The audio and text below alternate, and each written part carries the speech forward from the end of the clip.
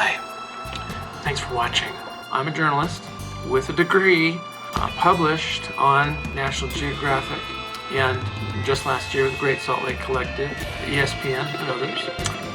My whole goal here is to prove a lost civilization, but only their advanced Roombas made it.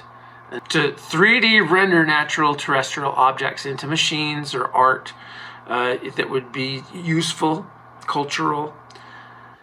If we plan to inhabit Mars, this is it. That's what we do. We're going to send machines to first terraform, prep the surface, and cause some sort of younger Dryas impact, replenish the planet with water, because we don't want to bring it.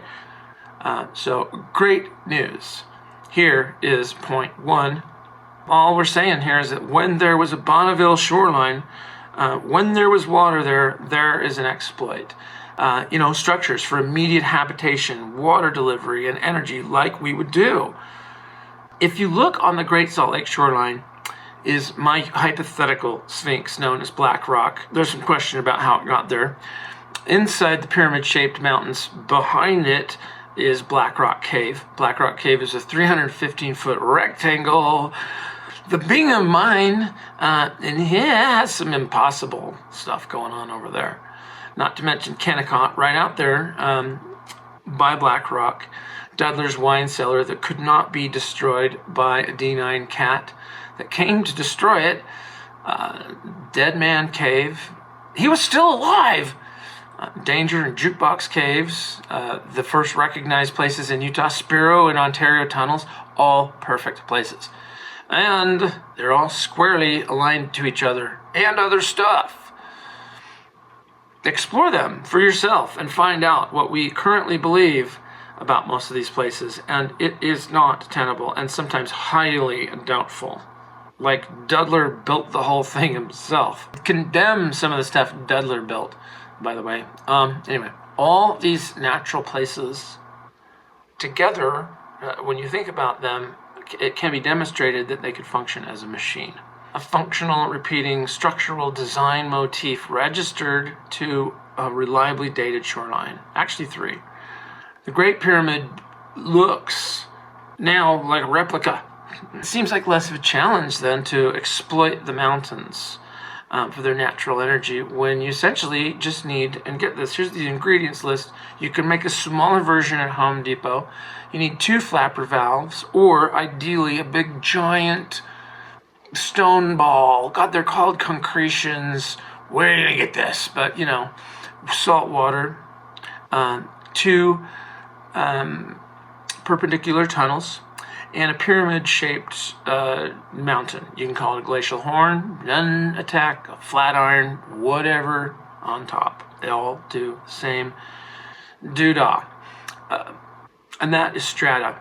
That is repeating design motif. That is structure. Christopher Dunn articulates how this is accomplished with the ultimate irreducible replica of mountains and this phenomenon, the Great Pyramid. He is an engineer. He studied it. He went to school for engineering. He's an expert. I interviewed him, and he said a corollary to my new core belief was that the Great Pyramid, exhibiting the precision and design characteristics of a machine, was originally designed and built to function as a machine.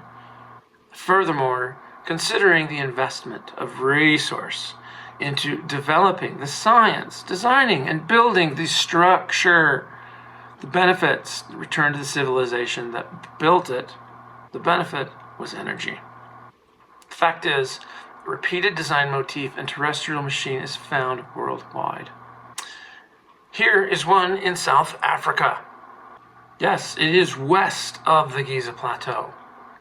If it were coincidental, then the Van Halen logo, that design would just as easily fit, like it's buried under there, repeatedly, at the same size, oriented to concert venues with consistent layouts for subterranean dressing rooms.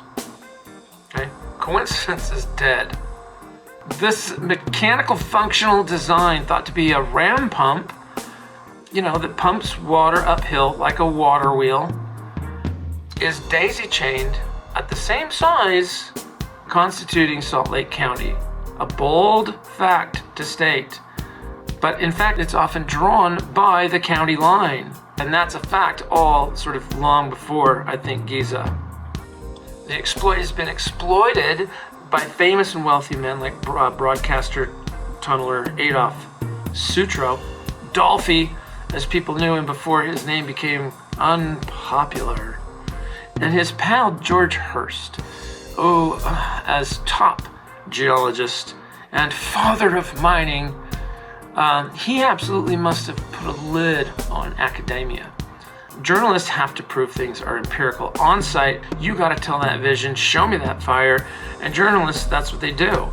But also by using experts as their lightning rods. And in this case, it's Mr. Big Lightning Rod, Nikola Tesla, who's bringing the fire, who said, if you wanted to find the secrets of the universe, well, think in terms of energy, frequency, and vibration.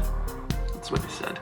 In fact, you cannot duplicate his experiments at Nob Hill without duplicating a design similar to the Giza Plateau.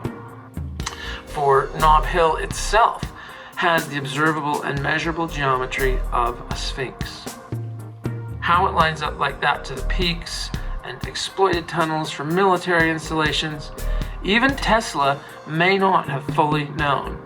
But he knew it was there. He never mentioned pi or the golden ratio either. He said, I hope it will be also demonstrated soon that in my experiments in the West, I was not merely beholding a vision, but had caught a sight of a great and profound truth. Did we demonstrate it though? No, we didn't. Do we know the profound truth? No, we don't. Did he write more about it?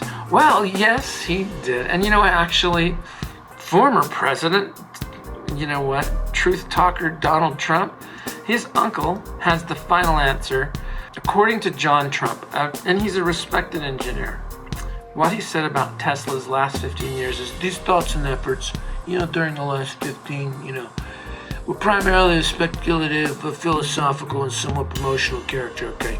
It didn't include any new, sound, workable principles or methods for realizing such results, I'm talking about, okay?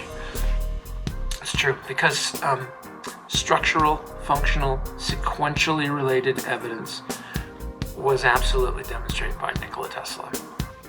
He showed where, and he showed what the possible usefulness is of naturally occurring features like Pikes Peak, Bull Mountain, and Orms Peak, coming together with what was ever there before Cheyenne Mountain Corridor. At the foot, Tesla demonstrated a solid-state version of this machine that would capture lightning by creating St. Elmo's fire. Unfortunately, there was a practical issue. There were precautions, but not beyond particularly today's ingenuity. The machine would free the Earth from fossil fuels, and it was up and running with he and a couple of friends in a few months. He was subsequently shut down by JP Morgan, who, he doesn't want to lose money on this freebie that Tesla's starting to hand out. And, we know the rest of the story. So, thanks for watching. Be sure to like, subscribe, and the other one, and exit to the gift shop. Thanks.